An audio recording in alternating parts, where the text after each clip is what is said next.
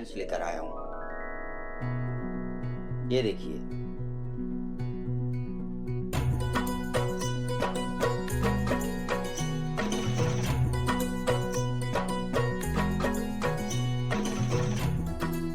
हर साल हम जोड़ों को भेंट में मंगलसूत्र देते हैं ताकि उनके वैवाहिक जीवन में हमारी याद और हमारा आशीर्वाद रहे। दिव्या, इस बार मंगलसूत्र का डिजाइन तुम चुनो। तुम जो भी पसंद करोगी सबको वही भेंट में दिया जाएगा। दिखाना दिखाना दिव्या जी, एक बार दिखाना।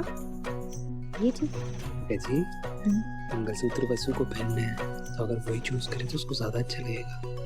मासा को बोलो ना कुछ करके। मासा, दिव्या जी को कुछ कहना है, बोल दीजिए। टेंशन की कोई बात नहीं, मासा बुरा नहीं मानेंगे। मासा, मेरे लिए तो मेरे मंगलसूत्र की डिजाइन ही सबसे बेस्ट है, इसलिए दूसरी डिजाइन सिलेक्ट करना मेरे लिए थोड़ा सा मुश्किल हो जाएगा। नहीं? हाँ, वैसे बात तो सही है। हर सुहागन के लिए उसका मंगलसूत्र ही सबसे अच्छा और सबसे सुंदर होता है। तो फिर मासा मंगलसूत्र कैसे सिलेक्ट करें? हमारे घर में तो सभी हैप्पीली मैरिड हैं। कौन अनमैरिड है हमारे घर में?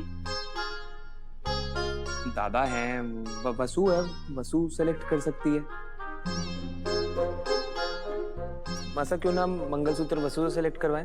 अगर वसु सेलेक्ट करेगी तो वो बिल्कुल ही अनबायस्ड होगा। हाँ।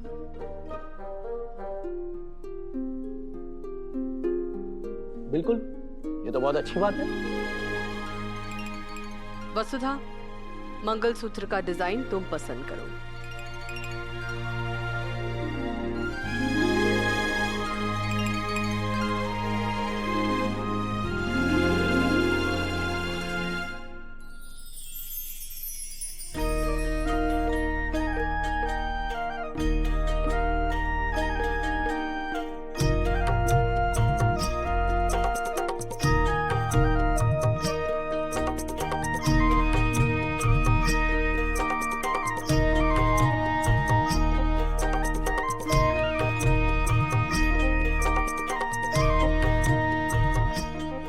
ये डिजाइन ही हमने भी मन में पसंद किया था।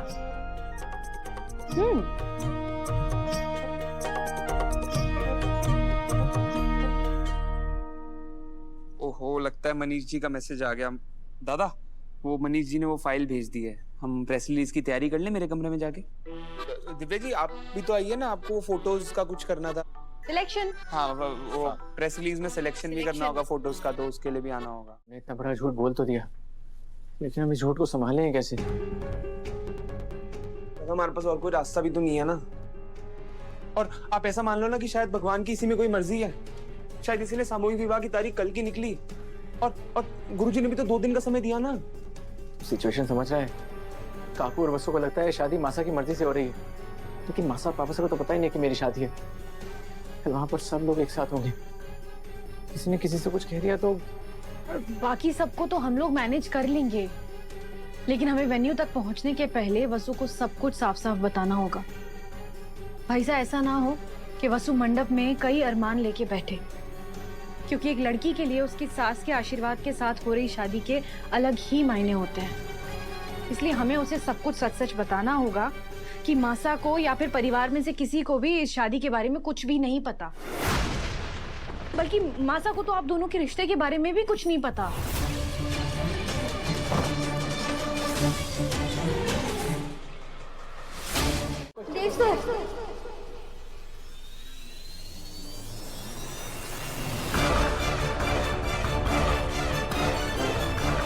आज बोल दिया, लेकिन आज के बाद कभी मत भूलिएगा। आपकी सलामती के लिए मैं कुछ भी कर सकूंगी।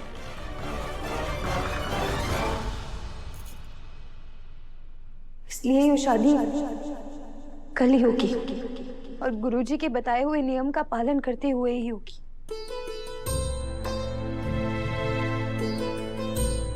लेकिन कोई गड़बड़ी हो गई तो? अरे नहीं हो सकती गड़बड़ी, मेरे पास बहुत सॉलिड प्लान है। देख,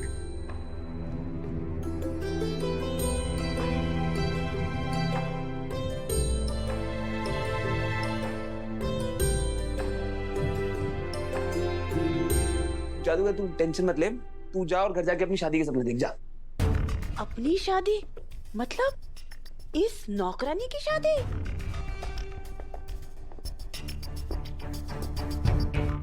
और आज तो आप उनके समधी भी बन जाएंगे, तो बस हुकुम अपने समधन होने का फर्ज निभा रही हैं। हम लड़की वाले शादी में ज्यादा खर्च नहीं कर पाएंगे, इसलिए आपका सम्मान बढ़ाने के लिए, आपका मान रखने के लिए वो 2 कदम आगे बढ़कर एक साधारण सी शादी करने के लिए तैयार हो गई। हुकुम के जैसी सूझी और इतने अच्छे विचारों वाली कोई दूसरी ना हो सके। आज हमारे पर उनके 2 एहसान हो गए।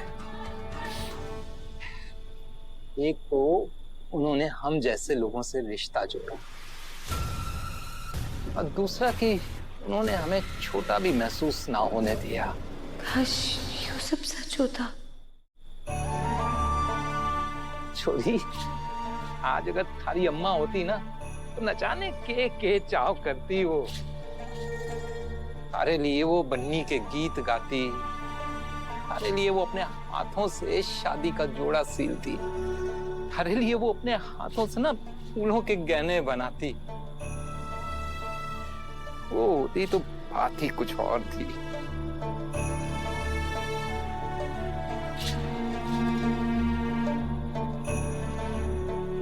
हमारे को माफ कर दीजिए बाबू साहब, आपसे झूठ बोलकर यूँ शादी कर रही हूँ, लेकिन देव सर की सलामती के लिए हमारे को यूँ झूठ बोलना ही होगा।